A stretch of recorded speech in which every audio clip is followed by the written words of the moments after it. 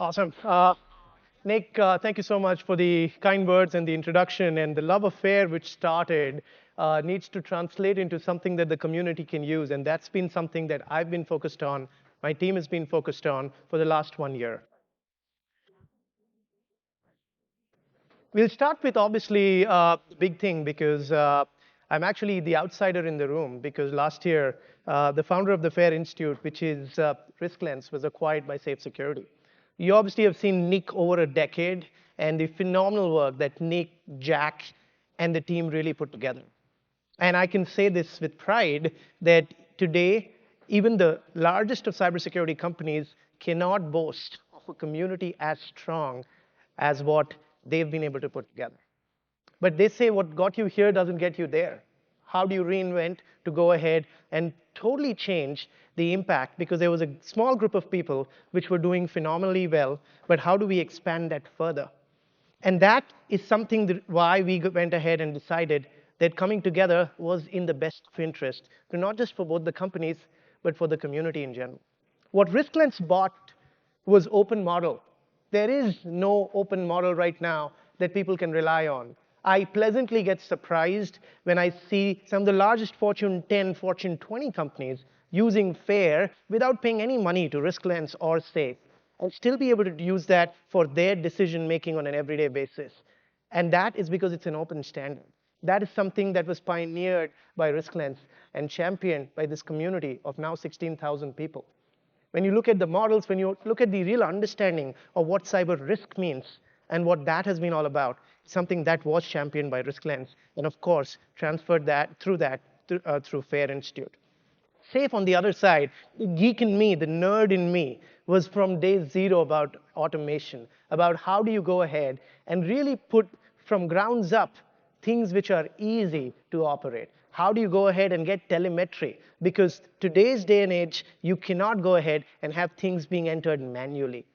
And that is really the reason why, from grounds up, and we're only a 4-year-old company when it comes to selling our product, we've always been focused on automation.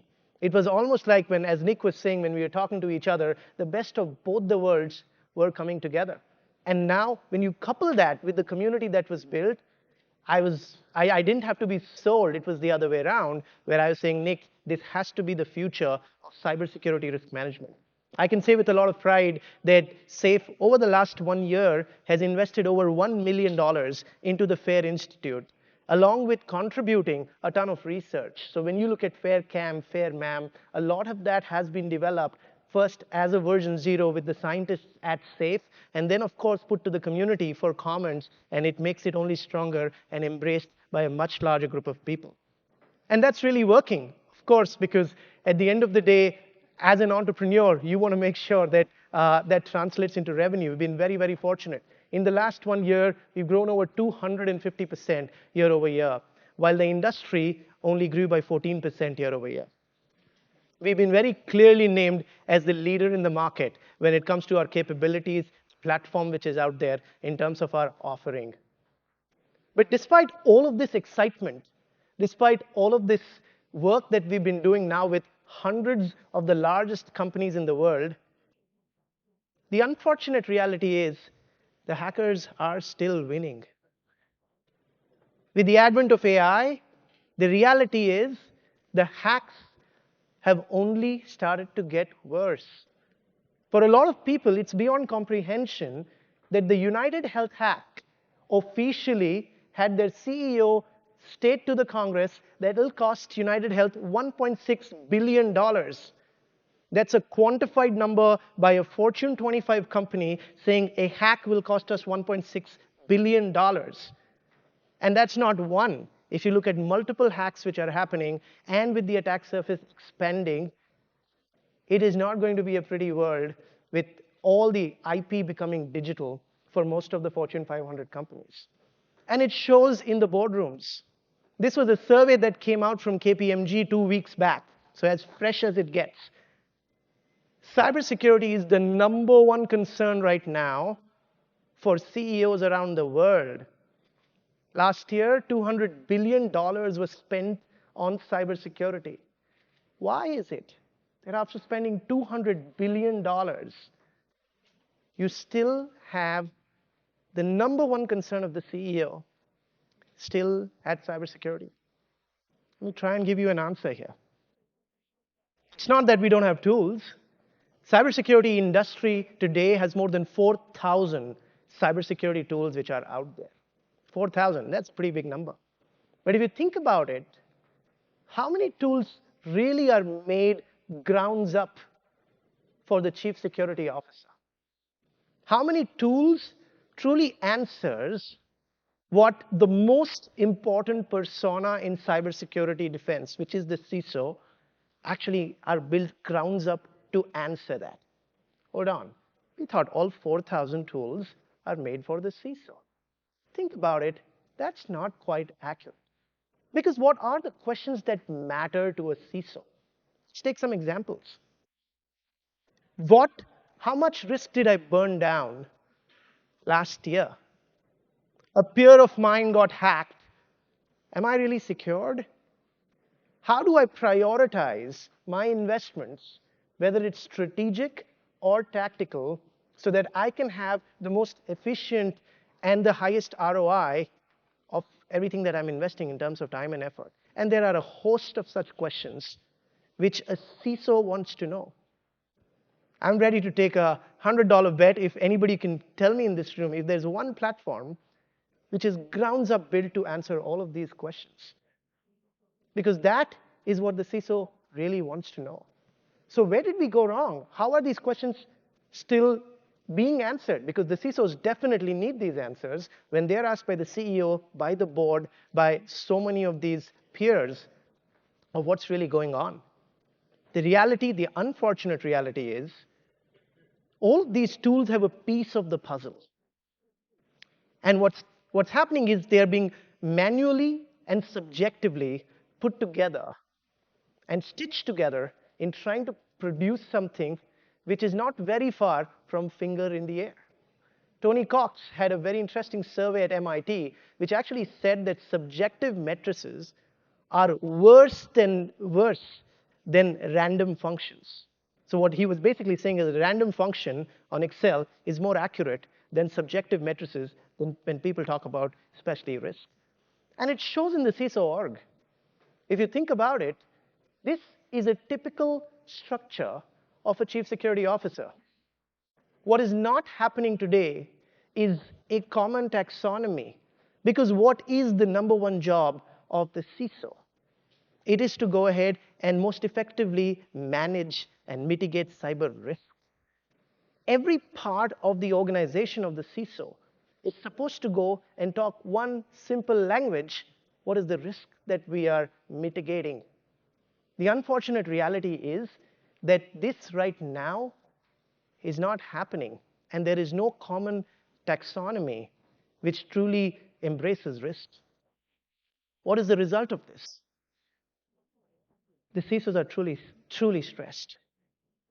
The average tenure of a CISO right now is 18 months, which is 3 times slower than their counterparts in Fortune 500 companies. Now think about it, right? For a CXO in a Fortune 500 company, the amount of time it takes for them to settle in, to understand what's going on, and at the same time, go ahead and actually start executing on their plans and see the results on the other side, by that time, a chief security officer is already out. And that is a very, very concerning stat. But why is that the case? Why is it that the other executive community does not have faith in the chief security officer? That's what the numbers clearly say. Because the decision-making engine, the decision-making framework is still not backed by data. That is the root cause. So summarizing what I said, we've got more than 4,000 cybersecurity products out there, but there's no one single platform which a chief security officer can day-to-day use for decision-making for the questions that I spoke to you about. But hold on. Is that even possible? Are we thinking about unicorns and rainbows while in reality, none of that is truly doable for other personas? Because if the other personas are there for 4 to 5 years, and I, as a CISO, am only there for 18 months. Let's see what the others are doing. So let's look at a couple of personas and see how do they do their day-to-day decision making. Let's take an example of the chief revenue officer. You've got Salesforce, which aggregates all signals from all the sales reps in your environments, the channels in your environments, the marketing campaigns in your environment. And it quite literally is the place where the chief revenue officer lives and breathes every day to make both strategic decisions and tactical decisions about the sales force. It's exactly the same with ServiceNow. In fact, ServiceNow has way more synergy to FAIR Institute and SAFE in a lot of ways because ServiceNow was built on an open standard called ITIL and the promise that it will automate ITIL. And as they say, the rest is history. That's the place, that's the central nervous system of where the CIO lives. Exactly for the same reason why the ERP is equivalent to a CFO. So whether it's SAP or a NetSuite, if you think about it, this is the place where CFOs live and breathe, where all telemetry from all parts of their business comes together and then enables them with the right kind of decision making. And such is the case with chief HR officers with Workday. But if I asked you which is that central nervous system, that engine of decision making for CISOs, the unfortunate reality is that is still not there because cybersecurity was very technical. Now you need to translate that into ways which affects business. And that really is the place why we're trying to take a stab in solving that problem. But has this been solved in the past? There have been a lot of very smart people and a lot of very, very smart tools. The answer is yes. There have been a ton of tools which have tried to solve this problem. Obviously, the traditional GRC tools which are out there, which go ahead and whether it's Archers or the metric streams of the world, they had a lot of promise. The unfortunate reality of G, R, and C is the G and the C became super capital while the R became very tiny. A lot of CISOs tell me about how their GRC tools have almost become like document or PDF management tools which are out. The same is the case. The reason why you needed FAIR, which comes over and above a GRC tool, is so that you can make business sense out of it. But the reality is that you having analysts to put in numbers for min, max, most likely, for threat event frequency and susceptibility, it almost is like hiring 2 full-time PhDs in putting values in. And FAIR was very, very, very painful for the longest time. It was very valuable, but very, very difficult to implement. There is no two ways about that. That's the reason sometimes you end up hiring consultants, advisors, to say, I'll do a cyber maturity assessment, but that's point in time. That's something which you do with a small sample set of assets which are out there. So you get some degree of value, slightly easier, but that's a one-time snapshot of what you do. Now, there have been companies which have tried to solve this with automation. There are outside-in assessment companies which give you a risk score from the outside. And they give you an A, B, C, D, E, F, or a number between 300 and 700 to tell you what your risk is. The problem is, not only are they inaccurate, in a lot of places, they're actually exactly the opposite what the actual risk of the company is. And it's been proven time and again. So yes, they give you a very small snapshot of what things look from the outside, but there's so much more that goes on the inside of any company. What is really needed? You need something on the top right, which is super easy. At the same time, something which is very, very high value, which has business context embedded inside that. And that is really what we're trying to solve here. Safe, we will be taking a quantum leap in automation. And to do that, we pioneered 3 fundamental breakthroughs. We think this will change the game and move that dot which you saw on the top right. What do I mean by that? For 20 seconds, let's revisit the FAIR model. This is, of course, a diagram that everybody in this room is very, very familiar with, starting from loss event frequency, loss magnitude. What have we done with SAFE? We've automated threat event frequency, susceptibility, and loss magnitude. It's really that simple. It's not very, very complex. What does that mean? When you talk about automating threat event frequency, instead of having people manually put in what threat actors are attacking and what the min-max most likely threat event frequency would be, depending on the scenario, depending on the threat actor, Safe has gone ahead and integrated with over 25 threat feeds with integrations with ISACs, so that the moment there is a new campaign launched by a Lazarus from North Korea or any other place, your risk changes. You don't have to go in and manually feed in with where and how things are. Exactly in the same way, we've automated susceptibility, which is your defenses, because threat event frequency is what's happening from the outside, and susceptibility is what's happening when somebody attacks you. What's your susceptibility to a hack? Instead of you going ahead and saying, I think my susceptibility might be between 3 and 27 based on all the signals that I can do, which is a very difficult estimation to make.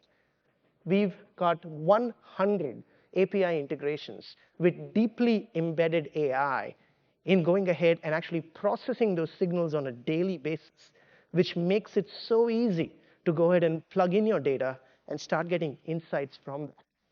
Exactly in the same way, we've gone ahead and automated loss drivers.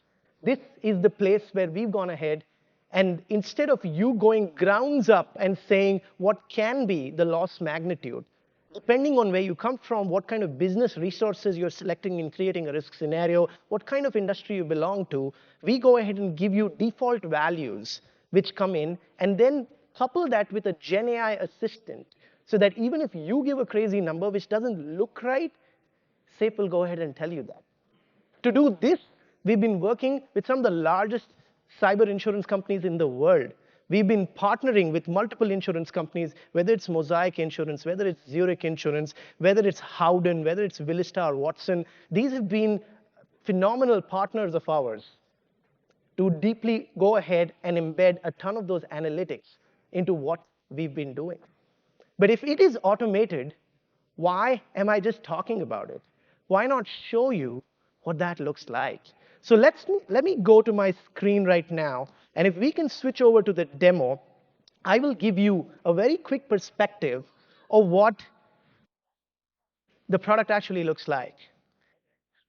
This is a live product, what you can see on the screen. And when I click on a risk scenario, remember there's likelihood and there's loss magnitude. I'm sure everybody understands what that means and looks like. When I click on likelihood, this obviously provides you that fair tree that I just spoke about. And when I click on threat event frequency, this is the first part of automation that I spoke to you about. This will take me to the actual threat events which are happening into what we call as the threat center, which is live. You can see different kinds of threat feeds out here which come in on a day-to-day basis. It talks about different kinds of threat actors, for example, which are active, which are relevant. And you can click on any threat actor and see if they attack us, what is the kind of risk that we are sitting on, completely in an automated way. You can see these threat event frequency numbers, which are now auto-populated within your risk scenarios. The second piece of automation that we spoke about when I was in a scenario, and I'm going back to likelihood, is really susceptibility. Because threat event frequency is what's happening on the outside. Susceptibility is what's happening on the inside. This gives you a list of all the controls which are deployed in your environment. That comes in from over 100 API integrations which are out there. You can actually see videos of all of these integrations live on our website. If you'll go safe.security/integrations, you'll be able to get a ton of that. You can click on any integration like a Qualys VMDR, and you can simply put in an API key, and it will start pulling in that telemetry on a real-time basis for anything that happens with Qualys. And all of that will add up to the control center, and we are going ahead and launching this thing called the Cyber Periodic Table, which is basically aligned to the FairCam library of controls with loss event controls, variance management controls, and decision support controls. So you can click on a particular control, go in and see, okay, here are the findings, because these are what's coming from those 100 plus APIs, and look at how powerful this is. This is from CrowdStrike, this is from Tenable, this is from, there's a long list of stuff that you will be able to see in terms of what we are able to take as an inputs, because there are different kinds of APIs that we feed into this. So coming with automation of susceptibility is where we go in and actually provide these API integrations. So we've automated threat event frequency, we've automated susceptibility. So the moment something crazy is detected by CrowdStrike, or something crazy is detected by Wiz, or any of the security tools in your environment, your risk will change automatically, which is aligned to the FAIR model which is out there. The third piece of automation is really on loss magnitude, which is where you go in and talk about different kinds of loss drivers.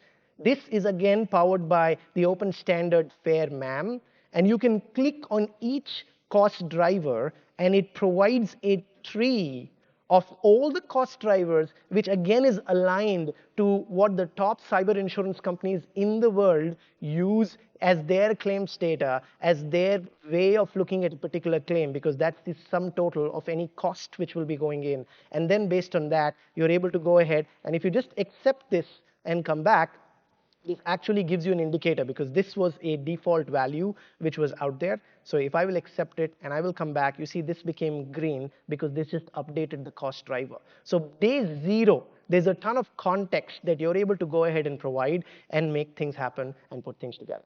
So that is, at a very, very high level, a very, very simple way of looking at how do we go back. We'll go back to the presentation, and of looking at how we've automated the three core pieces of threat event frequency, susceptibility, and loss magnitude, which talks about our partnership. I'm very, very happy and excited to invite my good friend Tom on stage. We'll give a round of applause for Tom. Tom is the global cyber leader for Marsh, and today we're announcing a collaboration with Marsh with three very, very critical things which we think, in our biased view, can quite literally shape the cybersecurity risk management market in the future. Tom, before we get into the specifics, why don't you tell the audience what does Marsh do, and your vision of where Marsh is going? And thank you very much for having us. So Marsh is part of Marsh McLennan, the world's largest advisor on risk strategy and people. And then as part of that, I lead the global cyber insurance business. Many of you are fortunately our customers, but the global cyber insurance business, people don't realize, is a more than $15 billion global market. And Marsh represents about 25% of that. So we help organizations of all shapes and sizes around the globe on a daily basis manage their cyber insurance issues. But I think one of the things that's really brought us together is a shared vision of recognizing that companies don't really have a cyber insurance problem.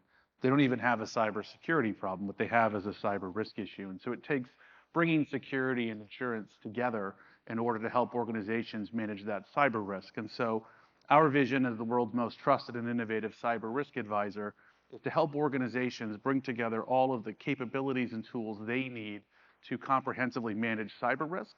Cyber insurance is a big part of that. We also play a much broader role in the ecosystem. We're one of the world's largest cyber risk quantification advisors. We're those consultants you were talking about before, and we help organizations in a lot of different ways understand, measure, and manage their cyber risk, and then activate it not just through insurance, but also through cybersecurity. Thank you, Tom. This is very, very useful. We are announcing three crisp, and very, very exciting partnerships today, right? The first piece is really how we will be embedding a lot of your services with the outputs and aligning that with the scenarios that you create in FAIR or SAFE. Do you want to talk a little bit about that collaboration? Sure, absolutely. So at Marsh, we have a process called the financial stress test, which we help organizations understand specific cyber risk scenarios and how those cyber risk scenarios would impact their organizations financially, and then how that would ultimately flow through their various insurance programs. And we've done this for some of the largest and most sophisticated organizations around the globe. We're identifying those critical scenarios that organizations need to understand in order to prioritize and manage their security organization. So I'm very excited to announce that we're going to be collaborating together. Marsh will be using its financial stress test to help organizations identify critical scenarios and then working with Safe to embed those scenarios into the tool so that organizations can use your automated platform to manage the scenarios that we've identified on a consulting basis. Thank you. The second piece, what we're announcing, is more around the global way of looking at your, because you have a very, very interesting vantage point of being one of the largest cyber insurance players in the world. Based on that, what top scenarios matter, and then contextualizing that locally with the safe telemetry which is out there. Your quick thoughts on that, Tom? Yeah, so global context matters a lot. As you've demonstrated, SAFE is a very robust platform for organizations to understand all facets of their organization. But at Marsh, we have a broad view across the world. We help more than 10,000 organizations a year through our cyber self-assessment, and we help organizations on a daily basis through the thousands of incidents that clients report to us and seek insurance recovery for. So we really have one of the world's largest and most robust sets of information around what happens in a real world context, how much things cost.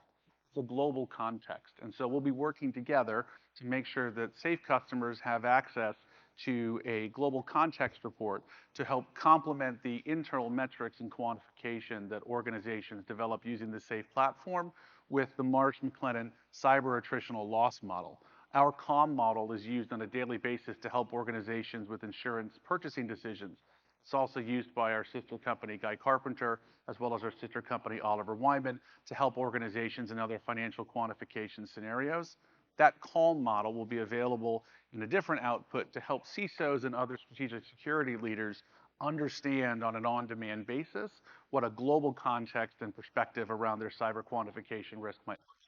That's, again, very, very exciting because a partnership like that has not happened in the past. So we hope to redefine that. The final one is really this telemetry exchange, because as you saw, SAFE is the hub for a lot of cybersecurity telemetry that we collect from our customers, or a lot of carriers would like to know about the potential policy holders which are out there. How are we looking at enabling that and disrupting that side of things, Tom? Yeah, so I think organizations have talked for a long time about trying to use inside-out information to help insurance companies understand their risk and obviously obtain better pricing. And that's been a little bit out of reach. But today I think we are taking an important step forward. First and foremost, we've now reached a point where cyber insurance organizations have the maturity and the capability to understand and interpret and utilize inside telemetry to help understand risk and to drive pricing outcomes. So now leading insurers like Mosaic and Chubb are willing to offer our customers guaranteed premium discounts in return for sharing primary telemetry artifacts. The other part of the challenge is, how do you get those artifacts? How do you get that information safely? How do you let organizations vet it before it's being presented? And how do you manage that process? At Marsh, we've been working on this problem for quite a while, and we've developed telemetry delivery process, and we're very excited to announce that SAFE is going to be the first security organization to publicly implement that, so that SAFE customers will be able to gather primary artifacts, organize that, review it, and then transmit it to those leading insurers to get better terms and conditions on their insurance. That's very, very exciting, Tom. We think that will fundamentally change how cyber insurance has been underwritten for decades and actually get carriers closer to the real posture of security risk which is out there. Thank you so much for our partnership, and so wonderful for us to be trying to disrupt this market together. Thank you, Tom. Thank you very much. So it's very, very, very exciting, as you can see, because cyber insurance is not really a different dimension, but it really is the second side of the same coin of going ahead and managing risk in a very, very effective way. So that was about automating a lot of things around FAIR in terms of trying to announce our partnership. But if you think about it, giving value, which is easy, and saying I automated inputs is still 50% of the problem or 50% of the equation. What about the outputs?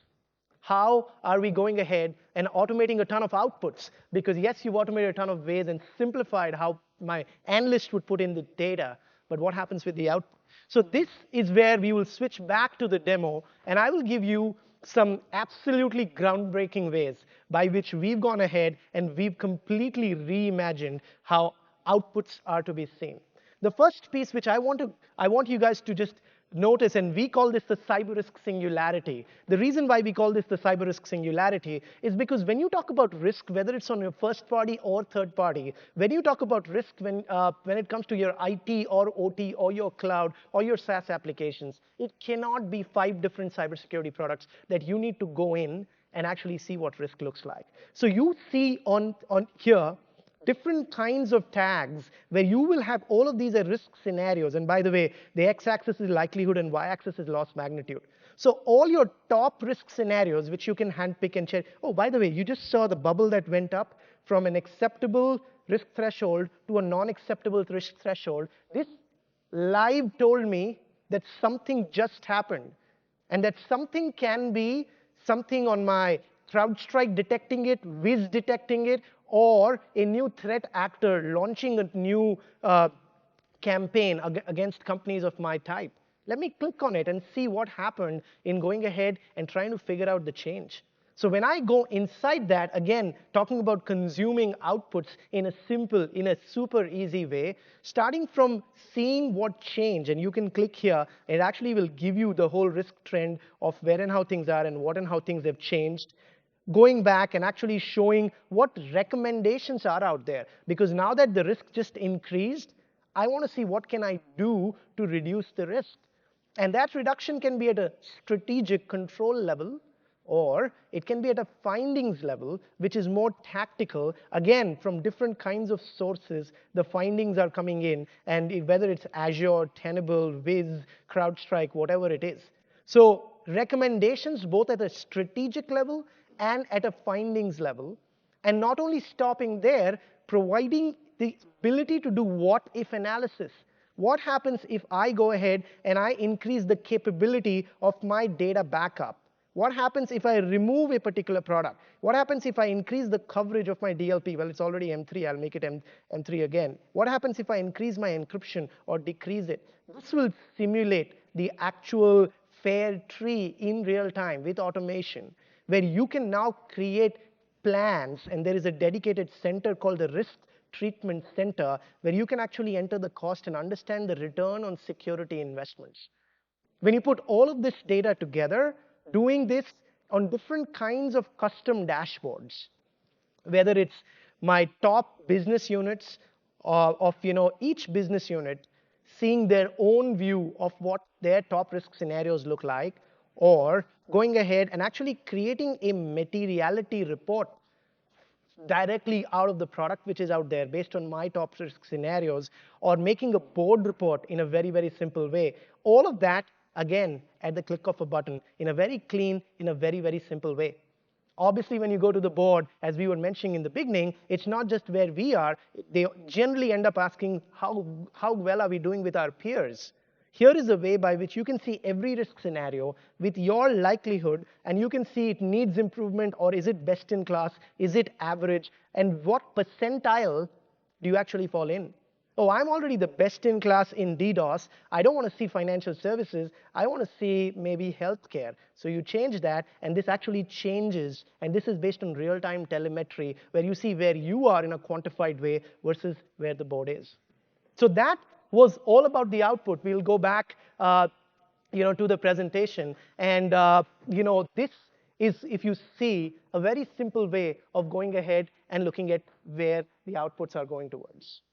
While this is exceptionally exciting, I am giving a pat to myself at the back, because I've spent almost 30 minutes today without mentioning the word AI. Guys, thank you. Looking forward there, John. That's what I learned from you. So everything I just showed you right now, I think it's very exciting, but it's still the old way of looking at things. Very excited to now take you to a whole new world where the future of cyber risk management truly becomes AI.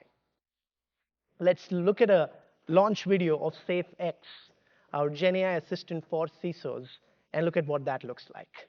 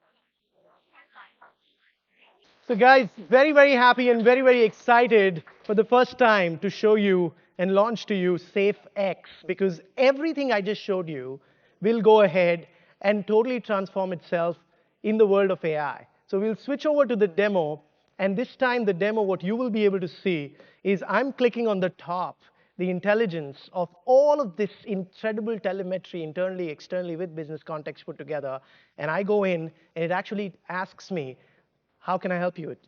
Let's talk about a simple thing like what are my top risks? And I press an enter. It actually processes anything and everything which was in my environment and goes ahead and gives me what kind of insights are available and put certain things on those lines. Hold on, you're giving me this output, but I don't know if I can trust this. So how can I trust this output? So imagine the power where you go in and put this together and say that all of this is available on your fingertips at the click of a button. But all of this, as I said, is not just available on the web. It's also available on the phone. So what I will be doing now is I will be mirroring my screen right now, if the demo gods will cooperate, which I hope they will. Uh, this is SafeX on the mobile phone right now. For CISOs, especially who are on the go, who are going ahead and want all of that information at your fingertips. This is a GenAI-powered mobile application. In fact, one of the CISOs I was working with said this is the first time they've seen a B2B product, forget about a B2B cybersecurity product, which has produced this quality of an application which can produce insights in a real-time basis with all of their telemetry. Let me ask the same question, for example, and show you how easy it is. What are my top risks? So I can just go in, ask any questions that I need to, and it goes in and actually shows me where and how things are. Now, if you notice, not only can I ask a question, I got a notification. It says a known hack has been added called Change Healthcare. OK, let me see what that is, and let me click on that. So it says, show me details about the Change Health hack. And it actually goes ahead and tells me, I also got an email notification, and it basically tells me about the hack and what's my likelihood, what's my loss magnitude in putting that together. So if you notice what's happening here is not only am I asking questions, but that's still reactive. But proactively, if something changed, like that bubble that you saw changing from a risk scenario which went beyond a threshold, I get a notification. If there's a new hack that happens in my industry, I get a notification. And you know what's the most exciting thing about this app that I am most excited about? It is really the fact that this is not an app that shows you things only, but it actually allows you to do things. This is the future of Gen AI, where you don't just see, but make it work. What do I mean by that? Let me go and see if I can add a new third party. Because remember, with Safe, we have both first party and third party cyber risk management in the same platform. So let's see. Can you add Nike as a third party?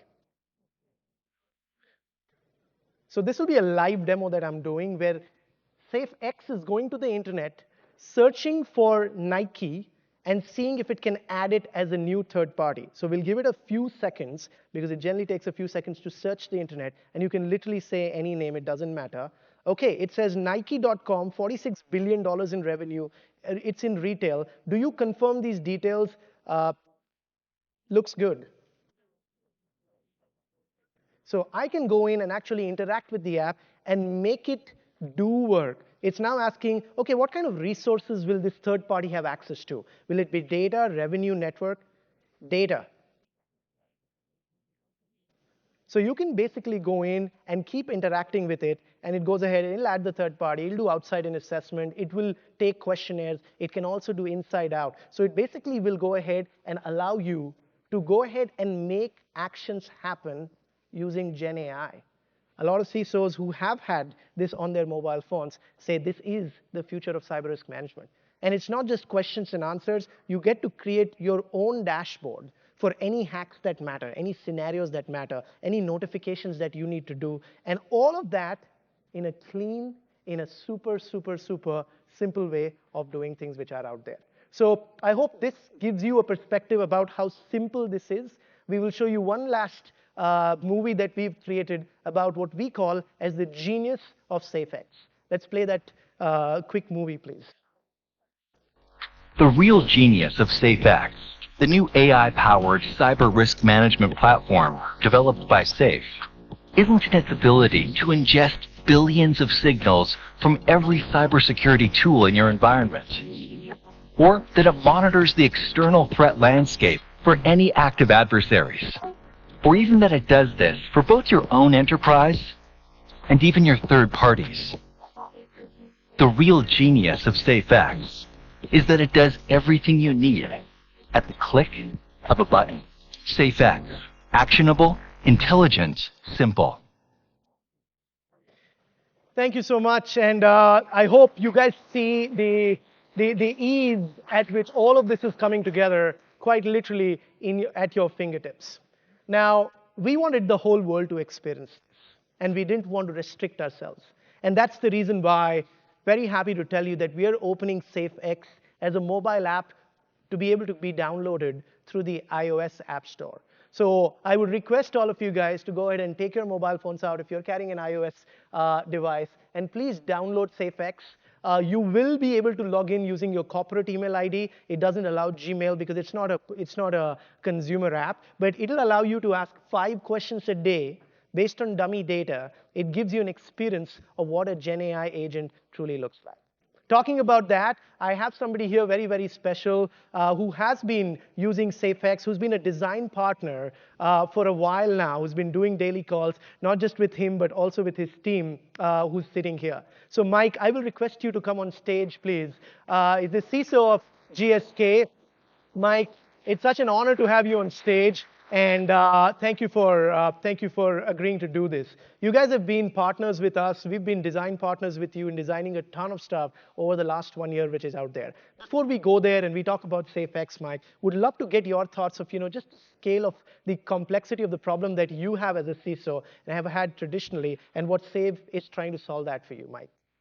The first question I was going to ask is, you scared me about 18 months show for a CISO. So I was going to ask it if I had a few more years left in me, but I probably don't even want to know what the answer is. So yeah, look, it's a massive problem for us. We've been on a massive maturity improvement plan for the last 3 years. When the board woke up and said, "Hey, look, we're not where we want to be. We're kind of low quartile pharmaceuticals," and we made a big investment to go and make sure that we built the right capabilities, the right maturity, the right controls effectiveness.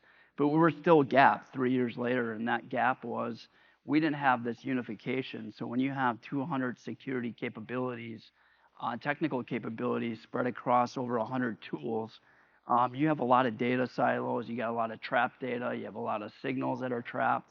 And so when we started talking to Safe, we started realizing this is the opportunity to unify that, get the visualization, be able to ask it questions in a way that, look, nothing's perfect, no model is perfect, but what it will do is it will allow us to get to the right decisions at the right time, and then figure out where we need to go and investigate. And I'll give you an example.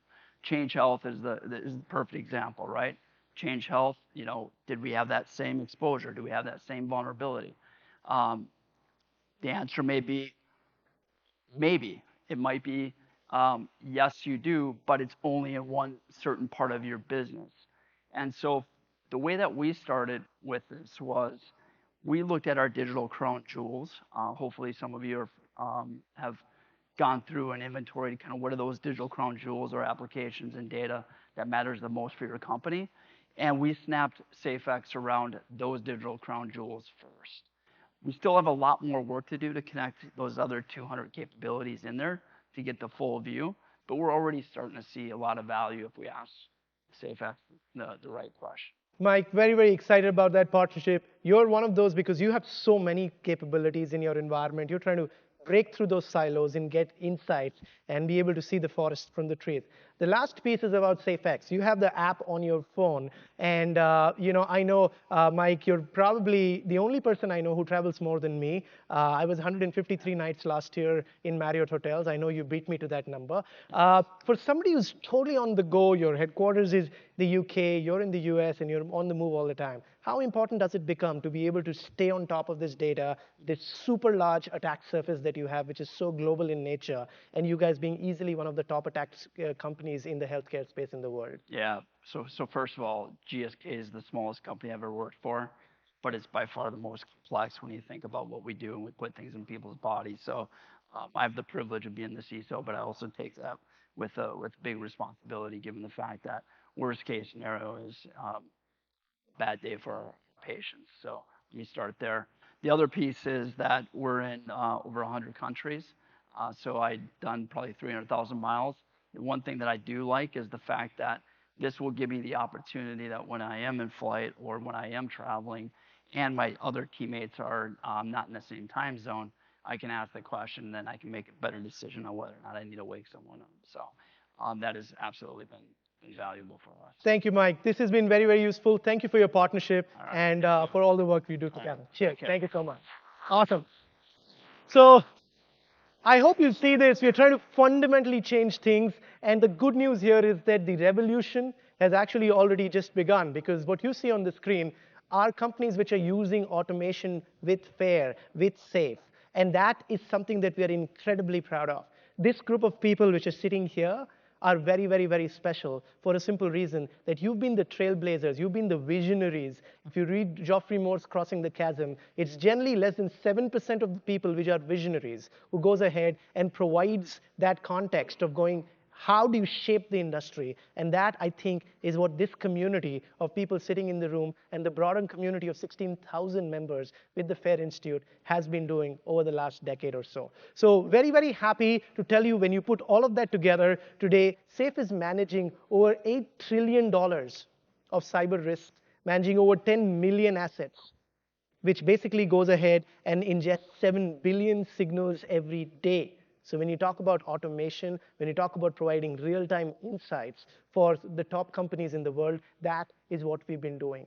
We think we are unleashing FAIR to what it always deserved to be, going from extremely complex and very, very manual to something which is absolutely not only very high value, but very, very easy to use at your fingertips in putting things together. In summary, I want to summarize by saying, number one, we are right now in a market transition. We right now are going from the manual way of looking at cybersecurity to an automated way.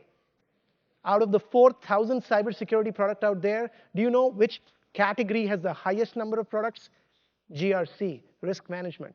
And still, it is the most legacy, and it is the way where CISOs are struggling the most.